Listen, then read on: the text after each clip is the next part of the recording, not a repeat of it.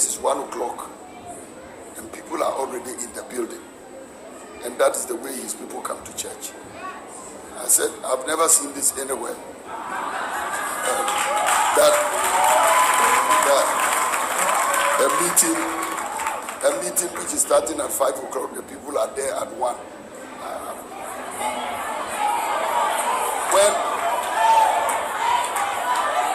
What are they saying? 8 in the morning. Assembly.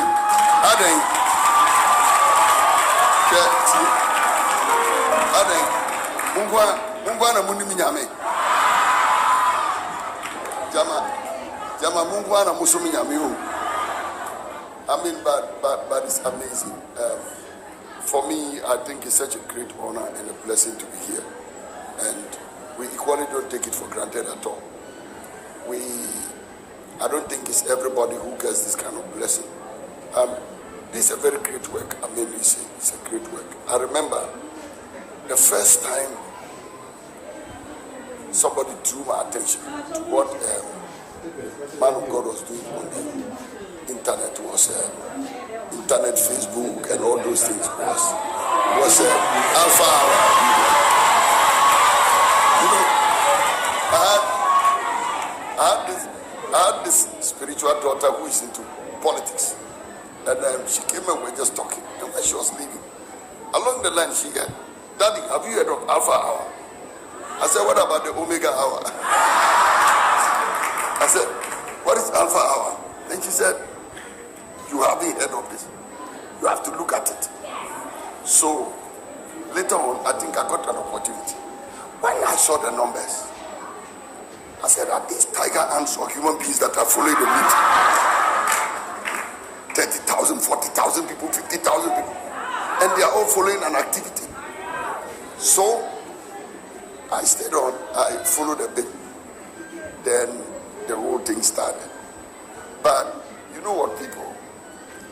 The Bible said that where the carcasses, the eagles will gather. But you get into this place and the way you guys have gathered is amazing. But people, let me tell you this. If you examine us here now, you're tiapo, you're more than. Catch you don't say otiapo. Catch anybody say otiapo. You know, I'm saying this because sometimes when we gather like this, people think we are crazy. All these people that follow these men of God and follow all these churches. Meanwhile, it amazes me that when they see people in the stadium, they don't say that. When they see them like that in the market, they don't say that. But when they see them in the church, they think there's something wrong with us.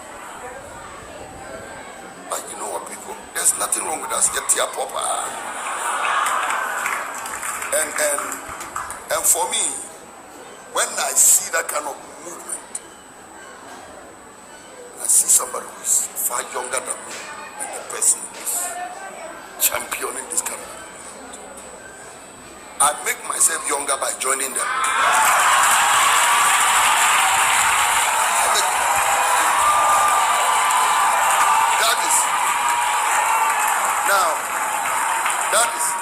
Listen, that is the secret of remaining young.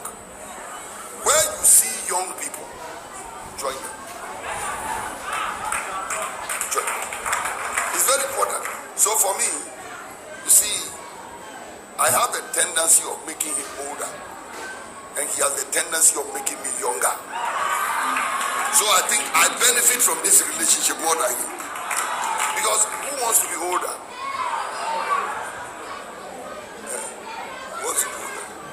So the more you associate with the young people, the more you gather the energy. The more you gather the energy, the strength, the power. When you see young people and they are moving, they are preaching, they are vibrant, it also keeps you young. The last time, you may be seated. The last time I was in the play about I think last week, I saw some of my friends, I couldn't recognize them. People I knew and haven't seen them for about 15 years. They're about 15 years, 10 years. I saw them on the plane, I couldn't recognize them because they have grown older, like me. I couldn't recognize them. So some people who were on the scene, some people who had some of their relatives on the plane, one of them sent me a text and said, there's this person on the plane, and so now then I started, okay, let me look for them. And I went to some of them and said hello, but you know what, I couldn't have recognized them. Because we are growing older, we are changing, and then God is doing this movement, and the anointing is increasing, and God is shifting gears, and the power of God is moving. There's a whole revival, and I came to tell you, Utia Popa. Now, here, Asema Mikati, the more you see, the unbelievers have a way of programming our minds. So that when you see yourself like this, they try to convince you that there's something wrong with you. I remember when we started our ministry in Boga, they used to call us the Frustrated People's Church. And they succeeded in programming us to think we're frustrated. Then when they saw that God started blessing us, they gave us another nickname, Fashion Gate Chapel. And that's because the same people who said we were frustrated now said, if you don't dress well, you cannot go to this church. So they now call us Fashion Gate. Our members were getting worried about that word, Fashion Gate. So some of them came and told me, they said, Daddy, you know the nickname they've given us in town? They said, we are Fashion Gate. I said, it's true. So I went to the church and I began to preach over some weeks or months. When I'm preaching, then I intentionally bring it in. And you know I can preach with anything. And you know I can preach with anything. I can find my topic in any verse. I can preach it in the beginning. I can preach it. One day I preached a sermon in action and the title was If. If. So I can preach with anything. So one day I started dealing with something and then I veered into Fashion Gate. And I said, this church is really the Fashion Gate of the Upper East region.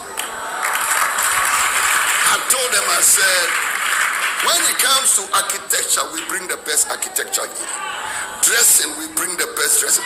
English language, we bring the best English. I said, and when it comes to the fashion of God, we bring God to the region. So you know what? We are the Fashion Gate because without us, nothing good enters the region. Then our members started understanding the Fashion Gate. And when the people in town saw that we owned the Fashion Gate and we were proud about it, they changed. You see, the only way an insult becomes an insult is your reaction to the insult. Yeah. That is why Aki and Popo, they don't see it as an insult. No, I'm telling you, if you are Aki and Popo, people use it to insult you. Then they said, I won't wait for you to insult me. I will act movie with it. And now, they've acted so much with their height that even those of us, when we are tall, sometimes we are walking like this. We want to become Aki and Popo. They've made being short fashionable. Another person somewhere crying, they said, I'm a short man. They said, I'm a short man. Is that lady I'm seeing? God bless you. So the Lord bless you all.